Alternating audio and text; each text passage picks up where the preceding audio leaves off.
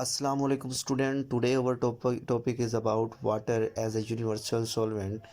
What is reason behind this statement that water is a universal solvent? So in this video we will discuss clearly on that statement that water is a universal solvent. The reason is that water can dissolve more thing than other solvent.